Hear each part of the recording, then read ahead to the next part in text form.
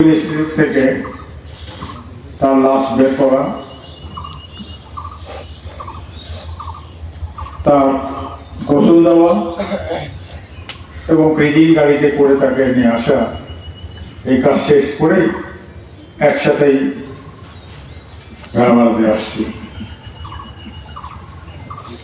একটা রাজনৈতিক কর্মীর স্বীকৃতি এবং বড় পাওয়া, জেলার যারা বরেণ্য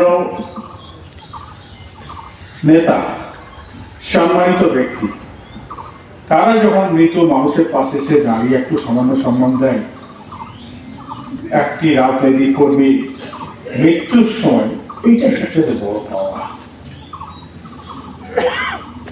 আজকে লাবলুর জীবনে বড় পাওয়া এই জেলার বরেণ্য রাজনীতিবিদ, বারবার নির্বাচিত সংসদ সদস্য খোকসা কুমার খালিদ থেকে কুষ্টিয়া জেলা বিএনপি দীর্ঘদিন সাধারণ সম্পাদকের দায়িত্ব পালন করেছেন, সভাপতির দায়িত্ব পালন করেছেন, বিএনপির চেয়ারপারসনের উপদেষ্টা হিসেবে দায়িত্বরত আমার দীর্ঘদিনের রাজনৈতিক সহকর্মী। আজকে এবারটা সংসদ থেকে মনে হলো এই সংসদে মেহেদীর থাকা খুব দরকার ছিল, আরো অনেকে থাকা উচিত ছিল। ফাঁকা ফাঁকা মনে হচ্ছে, কেমন যেন শূন্য মনে হচ্ছে, অনেকেরই শূন্য মনে হচ্ছে। আজকে আমি মেহেদী রুমির কাছে আমি কৃতজ্ঞতা জানাবো। উনি আমার আব্বার জানাজায় আসছেন, আমার মায়ের জানাজায় আসছেন, আমার বড় ভাইয়ের জানাজায় আসছেন, আজকে বড় ভাইয়ের ছেলের জানাজায় ওখানে আসছেন। এইটাই বড় পাওয়া।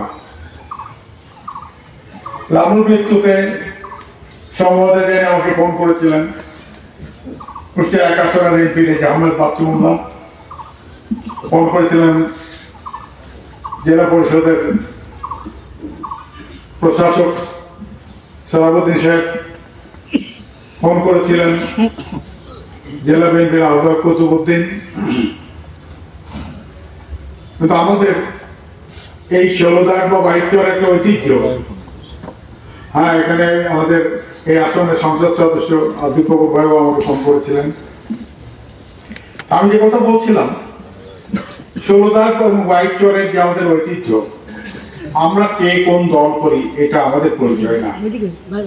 আমাদের মধ্যে এখানে একটা সৌহার্দ্যপূর্ণ সম্পর্ক, কে বিএনপি করে, কে আওয়ামী লীগ করে, কে জাসদ করে বা অন্য দল করে, এইটা ভেদাভেদ অন্তত আমাদের গ্রামে দীর্ঘদিন থেকে এটা অনুপস্থিত। এই সৌহার্দ্যের নিদর্শন হিসাবে জাহাঙ্গীর আব্দুল আলিম স্বপন স্নেহভাজন, উনিও এখানে এসছেন। সাবেক উপজেলা চেয়ারম্যান আমাদের মিঠু এখানে আসছেন, আখতারুজ্জামান মিঠু, বিএনপির ভেড়ামারা থানা কমিটির আহ্বায়ক শাহজাহান, উনিও এখানে আসছেন। সদস্য সচিব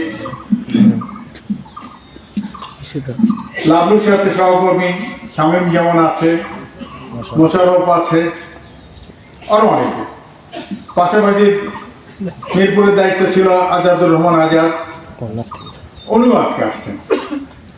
এই যে তার সাথে ঘনিষ্ঠ সময়ের মধ্যে হাঁটছেন। এখানে ভেড়ামারা মিরপুর ছাড়াও আমার খোকসা সাধারণ সম্পাদক আমাদের অধ্যক্ষ আনিস সাহেব এখানে আসছেন, আমিও তাকে ধন্যবাদ জানাই। এখানে কুষ্টিয়া জেলারও কেউ কেউ এসছেন। যাই হোক, জানাজার সময় বেশি সময় নষ্ট করবো না। মূল উদ্দেশ্য জানাজার অর্থ হচ্ছে দোয়া অনুষ্ঠান। লাবলু সম্পর্কে আপনারা মূল্যায়ন করেছেন, বক্তব্য দিয়েছেন। নিঃসন্দেহে একটা সহজ সরল একটা ভালো ছেলে ছিল। তার এই স্বীকৃতি প্রমাণ হবে আমরা যখন জানাজার পর তাকে দাফন করব, যখন কবরের ভিতর যাবে, তার ভালো কাজ দিয়ে যদি সঠিক উত্তর তিনি দিতে পারেন, আসল জায়গায় আল্লাহ পরীক্ষায় উত্তীর্ণ হতে পারলেই তার জীবন সফল। সেই কারণে আমরা যারা জানাজায় আসি, সবাইকে আমাদের যেতে হবে আল্লাহ সন্তুষ্টি অর্জন করে, যাতে আমরা সকলেই যেতে পারি, আমরা সকলেই আল্লাহর রাস্তায় সেদিকে লক্ষ্য রাখবো। কথাটা ঠিক নাকি বলেন আপনারা?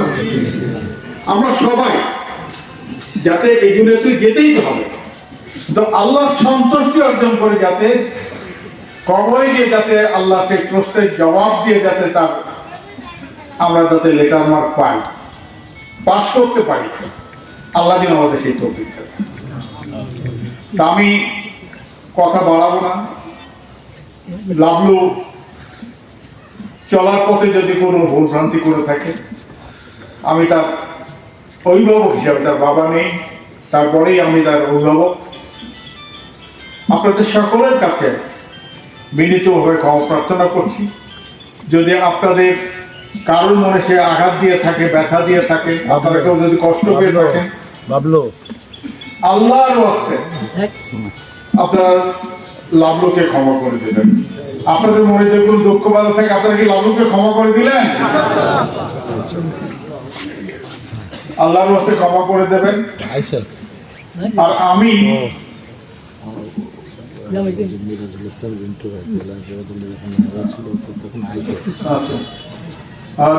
জেলা যুবদল আহ্বায়ক ছিল মিরাজুল হক রিন্টু, উনি ওখানে আসছেন, তাদেরকে আন্তরিকভাবে ধন্যবাদ জানাচ্ছি। তা আমি কথা না বাড়িয়ে আমরা সকলেই সকলের জন্য দোয়া করব। আল্লাহ যেন আমাদের কারোর প্রতি কেউ যেন আমরা হিংসা বিদ্বেষ না রাখি, আমাদের সবাইকে যেন আল্লাহ তাআলা ক্ষমা করে দেন, আর আমাদের ইমানের সাথে যেন আল্লাহ তাআলা মৃত্যুটা আমাদের নসিবে রাখে। আর ইমানের সাথে মৃত্যুর পর আল্লাহ তাআলা আমাদের সকলকে যেন জান্নাতে যাওয়ার তৌফিকটা দেন। আমরা যেন শয়তান থেকে, শয়তানের প্রচলন থেকে নিজে থেকে রক্ষা করে, ইমানটাকে রক্ষা করে যাতে আল্লাহ সন্তুষ্টি অর্জন করতে পারি, আল্লাহর কাছে এটাই চাওয়া। আবারও মহান আল্লাহ তাআলার কাছে দোয়া করি, লাভলুকে আল্লাহ তাআলা ক্ষমা করে দিন, জান্নাতুল ফেরদৌসের জায়গাটা হোক। তোমার কাছে আছে। আমি কথা না বাড়িয়ে, এই রোদের মধ্যে কষ্ট পাচ্ছেন আপনারা, আপনাদের সকলের প্রতি আমার পরিবারের পক্ষ থেকে ধন্যবাদ, মোবারকবাদ, এবং কষ্ট করে আসছেন এর জন্য কৃতজ্ঞতা জানিয়ে আবারও আমার নিজের জন্য, আমরা সকলের জন্য দোয়া চেয়ে আমার কথা এখানে শেষ করছি। আল্লাহ হাফেজ।